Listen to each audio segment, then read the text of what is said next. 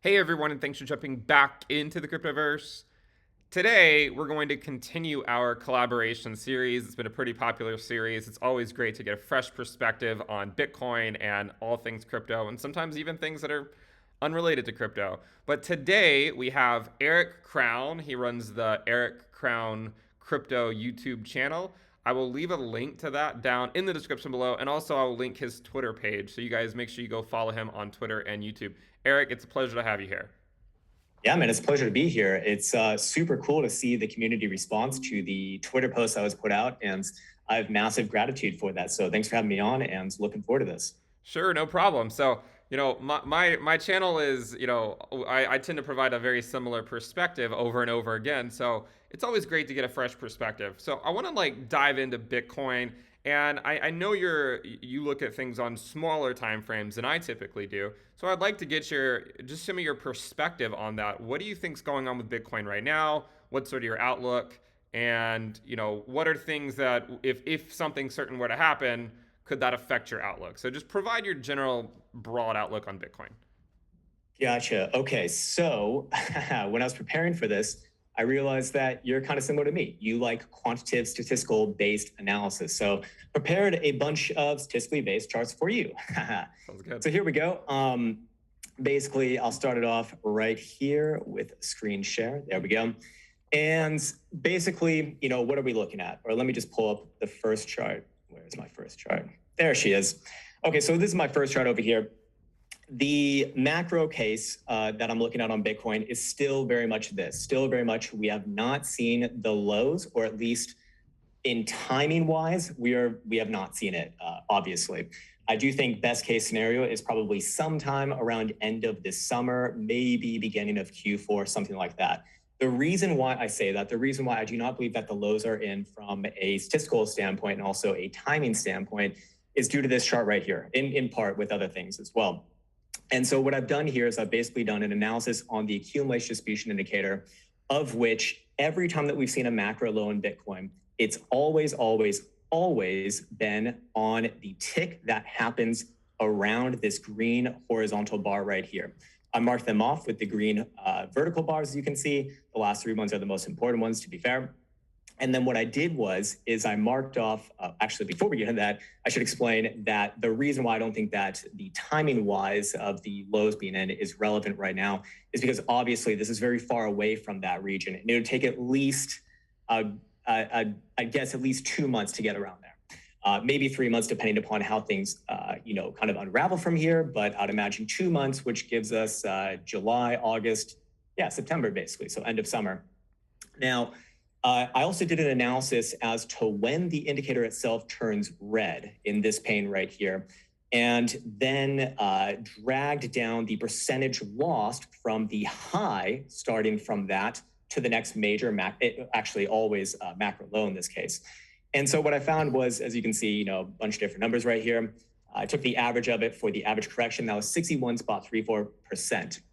So I added that on to current price action, just kind of see what the average is, and are we kind of within the ballpark right now? We're definitely in the ballpark. Certainly, we've seen the strong majority of this current correction, and of course, this is going to be done on a closing basis as well. But that would imply, on average, we'd be looking maybe somewhere just a little bit below $16,000. That number that I have right here is 15,785. Again, it doesn't have to be exactly that, but average, close enough is close enough in this case. So. Now that we can move on from there, the thing is, what I think is the best case scenario here is something like we're going to see on perhaps this chart over here. Another chart where I did an analysis on the deviations. Actually, let me just clean this one up for a second here. I did a quick analysis on the deviations from the bi-weekly, so the 2-week 55 exponential moving average, of which a couple of interesting things with it. Gives us a same sort of average for the downside moves, kind of puts us in that same ballpark at about 46.2% over the course of the history for Bitcoin. So again, from taking on that break at the 55 right here, that puts us, about within the ballpark as well, about $18,000. So we have a bit of a range now going on.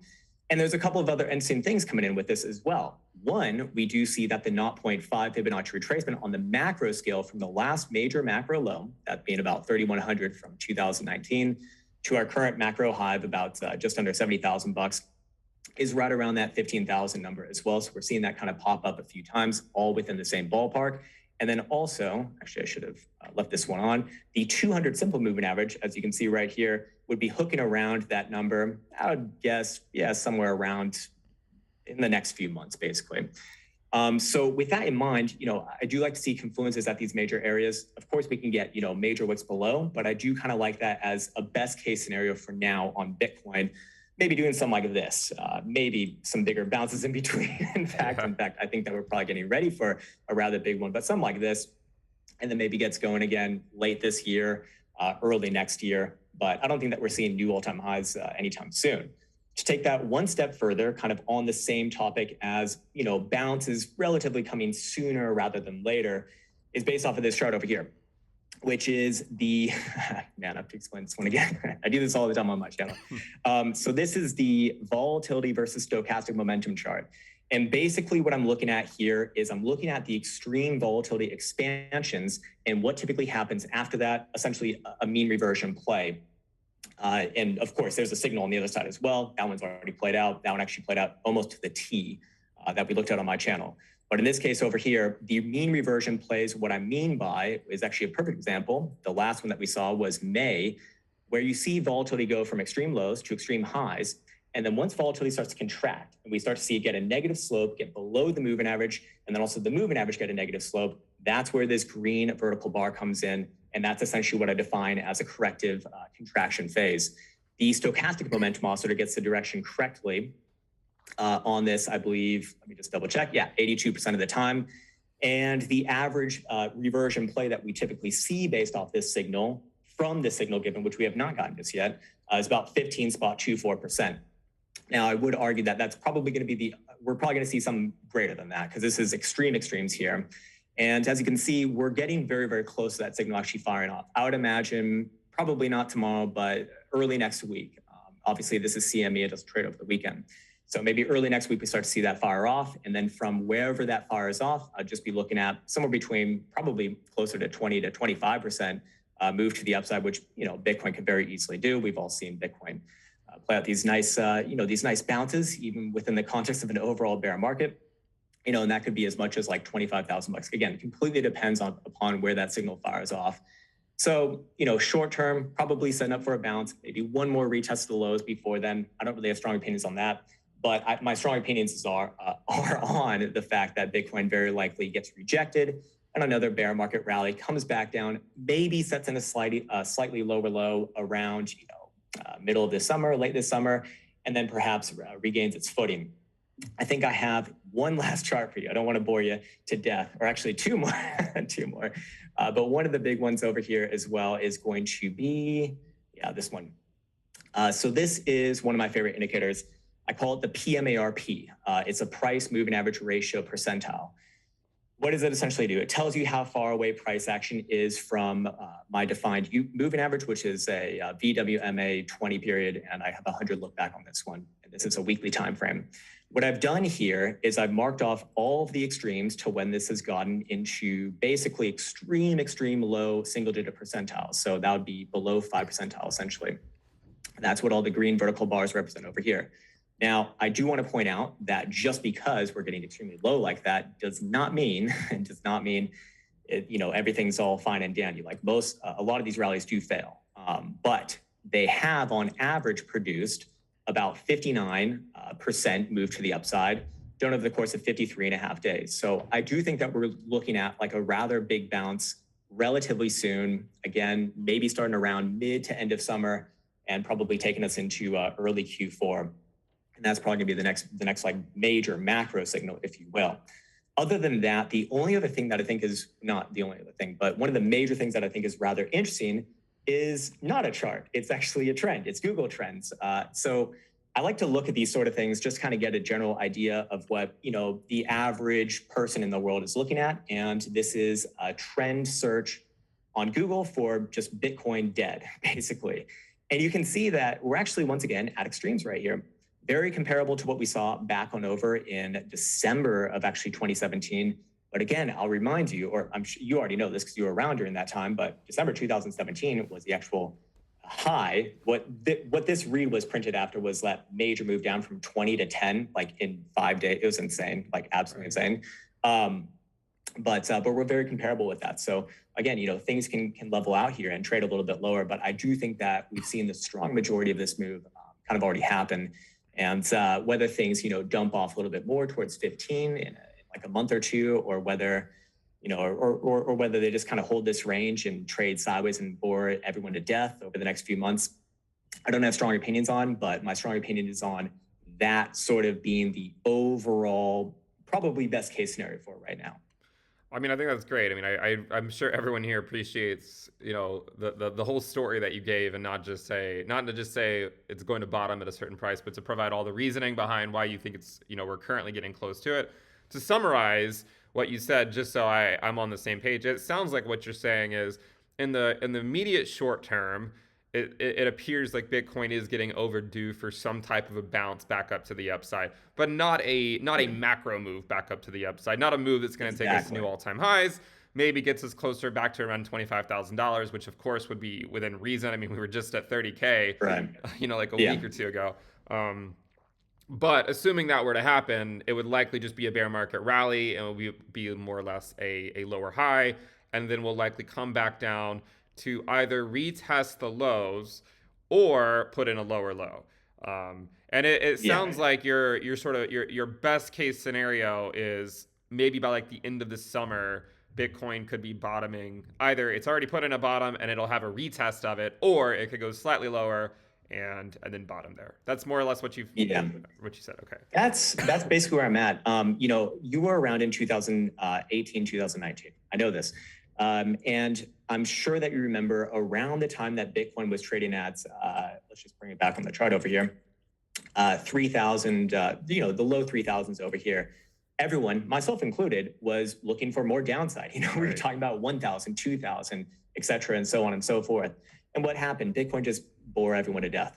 Went sideways for 3 months and then just zoomed to the upside. So the thing is, and what I'd feel the most confident and just comfortable stating on a channel like this, a very big community, is that there's no way to know. Like, I've been trading for over 10 years. There's absolutely no way to know, at least as far as I know. But the one big signal that I'd really be looking for to kind of, edge into all these more long-term projections is simply this: just looking at a weekly high or low. I mean, that's how all of these trends have reversed, both to the upside and the downside. We get a higher low first on the upside reversals. We get lower highs first on the downside reversals. So you actually can't see it on this chart for the downside, but it's the same thing. Actually, I forgot this chart as well, but this one was this one is based off of extreme low levels on the daily stochastic momentum oscillator. Basically went over like the last 1, 2, 3, 4, 5, 6, 7 iterations. And, just kind of judging the severity of this next bounce that's likely incoming, probably around 31% or so. Again, depends on when we turn that one up. Not happening today, very likely, or very unlikely, I should say, but probably tomorrow, Monday-ish gets it started. And then about 14.29 days on average, where we do see that move start to happen. So, if we were to just kind of play around with numbers right here, add 30% to the, to current price, gets us around $26,000. Again, completely depends where it starts from, but just kind of play around with numbers. I do think that that's rather interesting once we actually get that signal. Now, one thing you mentioned, and I just want to pick your brain a little bit on this. And first of all, you're right. Like, no one fully knows exactly what's going to happen. And I distinctly remember in late 2018, 2019, we were all pretty apathetic, I think, and just kind of beaten down after so long. And I don't really think there were many people that I remember thinking that Bitcoin was about to rally to $14,000 from 3K. That was kind of took everyone by surprise from what I remember. But I would like to ask you, so we've sort of talked about the best case scenario, and in the short term, you mentioned that we could see a bounce relatively soon. Do you think that's going to be accompanied by like a bounce in the stock market, like in tech stocks as well? I don't know how much you follow the stock market. Do you think that Bitcoin will require the stock market to also be in an uptrend to see a bounce itself, or do you think they're completely uncorrelated and Bitcoin can see that mean reversion regardless? Right on. That's a really, really good topic. So I come from the stock market. That's actually my background. I used to be a market maker, authorized trader on ARCA. I don't do that anymore, but I do follow it simply because, as you stated, they're correlated. I mean, the reason why, or the theory why, and I didn't make this, I didn't come up with this, everyone kind of already knows this, but the reason why they're likely correlated is because we just witnessed a liquidity bubble, not necessarily, anything else, right? With the Fed printing off money and all that good stuff, that kind of caused everything to rise, especially growth stocks and tech stocks, of which Bitcoin kind of acts as both, it seems like to me. So yeah, I think that both are going to bounce basically. If you're looking at the stock market, you're kind of looking at Bitcoin in a way. Bitcoin just acts in like a higher beta fashion. So whatever the stock market does to the upside, it'll do more. Whatever the stock market does to the downside, it'll also do more as well. Like there's no real safe haven. But at the end of the day, at some point, all relationships end typically very violently. And I suspect that probably will happen with Bitcoin at some point, because it actually doesn't make too much sense to me that it would be correlated with these things. But it's very clear to me that Bitcoin is here to stay, as far as I'm concerned. I mean, they continue to build up the infrastructure around this asset. Back in 2017, it was very comforting to me to see that the futures were brought out on CME. That was amazing. Now we have a futures-based ETF. We also have an inverse, basically short ETF as well, which I know a lot of people are, kind of mad about, but I just don't think that they actually understand it. That's a good thing. Right. More infrastructure being built up around this asset. Wall Street, or it's not Wall Street, but the people who are, creating these things, they're not wasting their time with something that they think is not going to be around for a while. And also for the people, who, just as an offhand thing as well, for the people who think that that's like a really, bearish thing, I don't think that those people necessarily understand markets. I mean, when you have a short, like a short fund like that, it's basically rocket fuel liquidity for the upside, right? Because we're talking about an asset that can do insane amounts of percentage to the upside. That's just squeeze potential as far as I'm concerned. Right. Well, and we've seen stuff with that, like we've seen very similar events like that with Bitcoin before that have marked tops and sort of in the reverse manner. Let me ask you another question, because I want to pick your brain on something really quick. So we talked about the best case scenario, and that's ultimately Bitcoin seeing some type of a bottom time-wise within the next few months. If it hasn't already happened, right? But if it has already happened, you're still likely looking at a retest of the lows, or at least putting a higher low in on the weekly time frame. Let's fast forward, let's say 6 months from now, or maybe just sometime in the middle of 2023. If Bitcoin is trading, let's say at $12,000 or something in a year, what do you think would have led to that, right?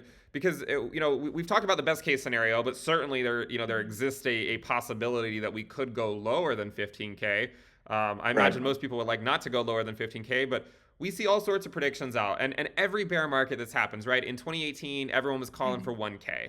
Even in March of 2020, everyone was calling for 1K. Now it seems like a lot of people are calling for 10K, 7K. I've seen 3K predictions, and of course, there's always the Bitcoin going to zero predictions. So, what's going wrong from a macro perspective if in a year Bitcoin is sort of trading around the $10,000 mark? All right, I see where you want to go. You want the worst case scenario. Yeah. Let's do it. All right. I'm not doing this to scare anyone, but no, hey, it's just responsible to, we want to tell people both sides.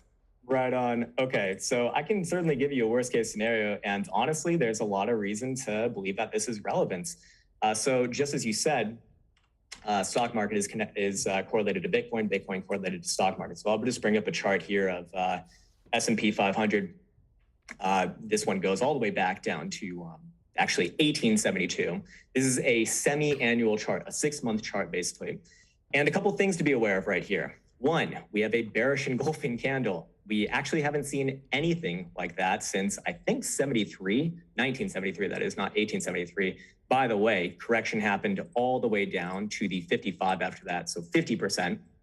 Of which right now we're just at the 9. So that wouldn't just wipe out the COVID lows, that would go even lower, which would be extremely nasty.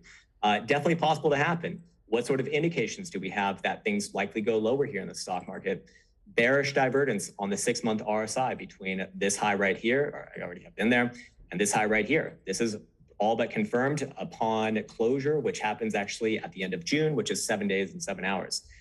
So at that point, I do think at minimum, we're going to retest at least around where the old Rona thing started.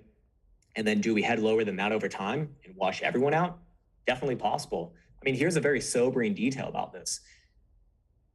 We're nowhere, despite all of the downside and all of this pandemonium and people, getting, rightfully so, very emotional about this, myself included. I don't want to disclude myself there. We're nowhere even near where things were in 2020, which is insane. I mean, that would still be, just to get back to the open of 2020, another 15% down. So is it relatable to be looking for a much more worst case scenario for Bitcoin if that happens? Absolutely. If these correlations continue, I do expect this one to come down further over the next year or two. And that, could very well spill on over into Bitcoin. If we look at Bitcoin, what's worst case scenario here? Again, I'm giving you worst case scenario. I'm not saying this to scare anyone, but it would be to come back down and swipe the COVID lows, which would be actually 5,000, 6,000 bucks. So there you go. No, I mean, no, it's an interesting perspective because I've looked on this on my channel as well, and I actually like what your perspective on it is, if you go back to the 40s, the 1940s and the 1970s, when there are periods of similar high inflation that we're seeing today, one of the things I noticed is that the S&P did not bottom until inflation year over year peaked during that first peak. That happened in the 40s and the 70s. And in both of those corrections by the S&P, it went down about 50%. And I think the S&P, correct me if I'm wrong, is only down around 24% right now, or maybe around that level. So I keep thinking to myself, well, if the S&P has to eventually drop 50%, how does Bitcoin not drop, not drop much further? Hopefully inflation gets under control, right? And the Fed can pivot. Do you think, my question is, do you think that the market, how much sort of weight should we put just simply on the Fed, right? Because they say don't fight the Fed. Do you think that if the Fed remains hawkish, for the rest of the year and even part of next year, is that going to likely put downward pressure on Bitcoin, or do you think Bitcoin can sort of recover even if the Fed is hawkish, if it's already made that typical 80% correction that it normally does in a bear market? What do you think about that? I mean, speaking purely about traditional markets, the Fed is everything as far as the macro goes. Like that, I think I have a conviction that pretty much is it. Are they in control of everything? No, but they do create the response that essentially creates the everything. So yeah, man. Do I think that they can get it under control? Is the better question. Right. I mean, man, they've got a job that I don't think anyone should really have. But it seems to me. And I actually watched the Jerome Powell hearings yesterday in front of Congress. I don't know if you did, but it was really interesting, man. These are all just pageants anyways, right? But to hear him talk, he does seem quite, staunch about he wants his legacy to not be the Mr. Money Printer meme, right? He wants to be known as something a little bit more reasonable. There was a great question, though, that someone brought up in relationship to 1970s, I believe, which was about Paul Volcker, who was the main Fed guy at that point. And he basically just took interest rates up to I think it was 20% or something. Something like that, which is just insane. Right now, we're just getting above 1, it's not that much. But it basically induced a recession or maybe even just a full on crash, but they did get out of it. And so is he going to be willing to do something like that? And if he were to do something like that to get out of this mess, what is that going to look like? I mean, I'm pretty much on the same page as you. It's look, if SPOOs are going down another 50% or possibly 15%, even if it's 30%, Bitcoin's going to trade it in a higher beta fashion than that. And so you got to be thinking okay, what's 60% maybe look like? Well, 50% from here is already 10,000. So you're still looking at 4 digits, so it's a reasonable thing to be aware of. I would say it's not my first target right now as far as things go. Yeah. As far as I'm concerned, I closed out all of my medium-term shorts. So I'm just looking for things to go sideways. And then, look, if we get another rejection somewhere around 30 or something like that, and then Bitcoin comes back down and takes out an $18,000 low, okay, yeah, we can start talking about maybe 12, 13, something like that. But for now, just let it kind of do its thing. Who knows what the unknowns are right now with the, situation going on in Ukraine and all of that stuff. I mean, it's just impossible to predict. Yeah, and I think it's also hard because you don't want to be the person that's always calling for a lower price because then when it goes up, Yeah. everyone's like, "Oh, you thought it was going to go lower," And then you're like, "Wait a That's second, just Twitter. yeah, it's like I want to see Bitcoin go up. I just want to, Right. manage my risk at the same time." Um, I hear you on that, man. so Yeah, let's that's the problem with doing social media. Yeah, I know. You have to be careful what you say because then you'll be quoted in like five news Totally. articles the next day. Um, Yeah. so let me ask you like a sort of a, because we talked about sort of like the best case scenario for the bear market, and now we've talked about what Mhm. like a worst case scenario for the bear market would look like. I think most people would agree, even the most bearish of bears, except for the perma bears, of course, would agree that eventually Bitcoin will go back into a bull market, right?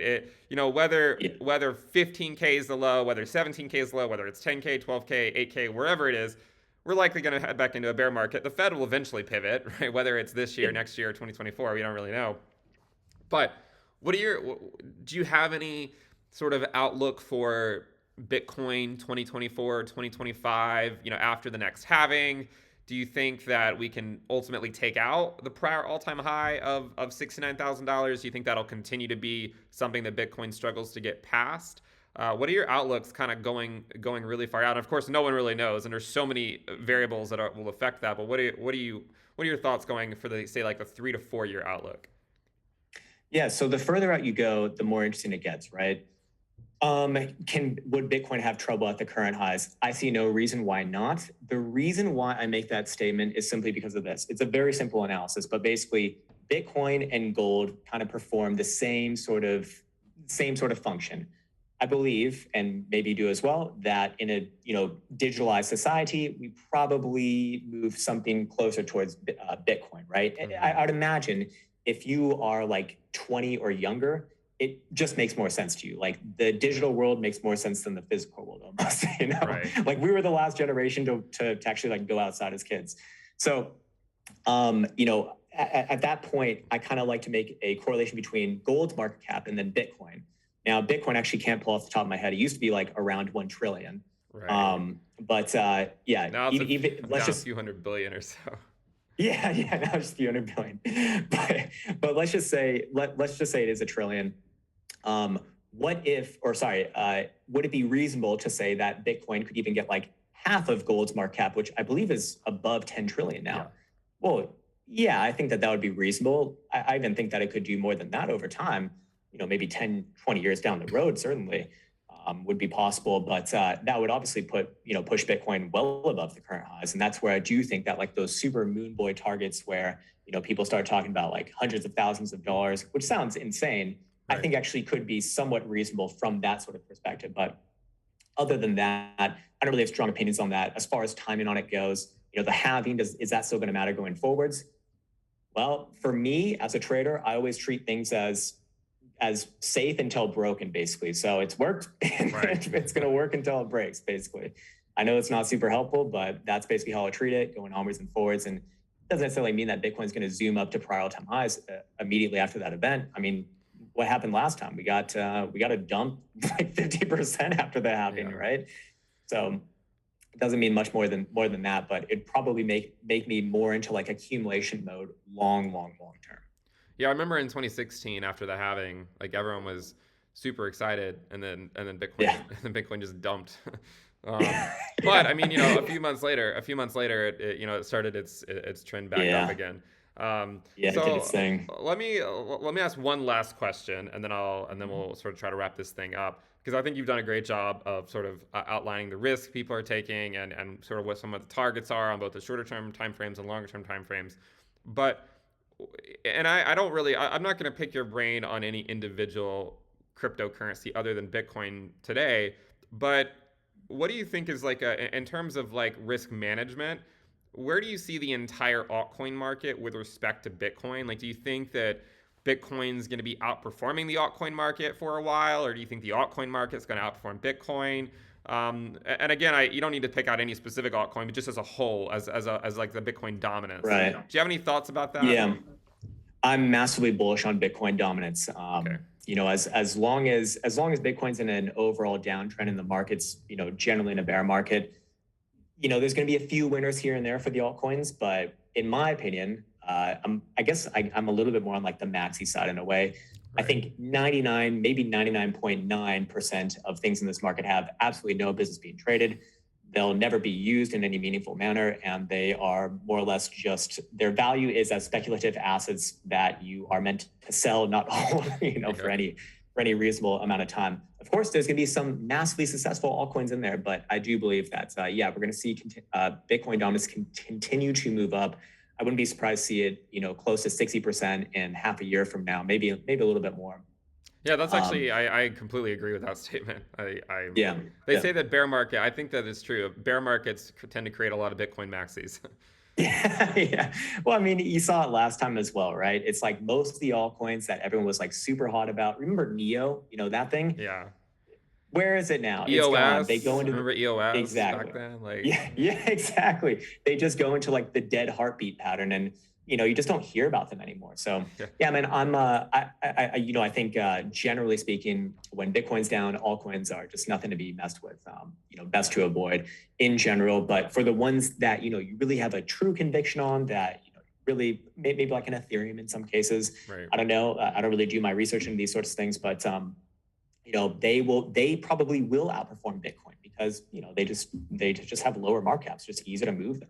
But for the strong majority of them, going to be a very difficult life from now on, I believe. Right. And Well, they can outperform Bitcoin, but as you said, when Bitcoin's in a downtrend, most everything just underperforms yeah, Bitcoin. it's like you're still losing versus US dollar, and there's no point to be holding anything as far as I'm Right. concerned. Yeah. Well, and even in 2019, and even in the bull market that Bitcoin had in late 2020, early 2021, we saw the Bitcoin dominance Right? going up. You Yeah, know, yeah. They didn't so participate. That's exactly right. right, it's Bitcoin controls the market, and Yeah. yeah, I mean it's completely true. I still remember like back in 2013, you had like BBQ coin, Made Safe coin, like, and the thing is like World coin. every Yeah. yeah every cycle there's always like coins from the last cycle that no one even knows Right. because they just sort of disappear Exactly. into yeah. Yeah. Well, I mean, hey, if you're, yeah, go ahead. I was just gonna say, do you have any other? I like to give the guests sort of like the last word on everything. What do you have any final words on the market? What you would like to tell people? Anything that we didn't touch on that you would like to tell everyone? And I just want to say a massive thank you for having me on. This was super, super fun. It was good to meet you. You're a legend in the space, and I really enjoyed this. It's good to be able to talk with someone else who like actually understands and gets it. Yeah. So it's a pleasure to be here, man.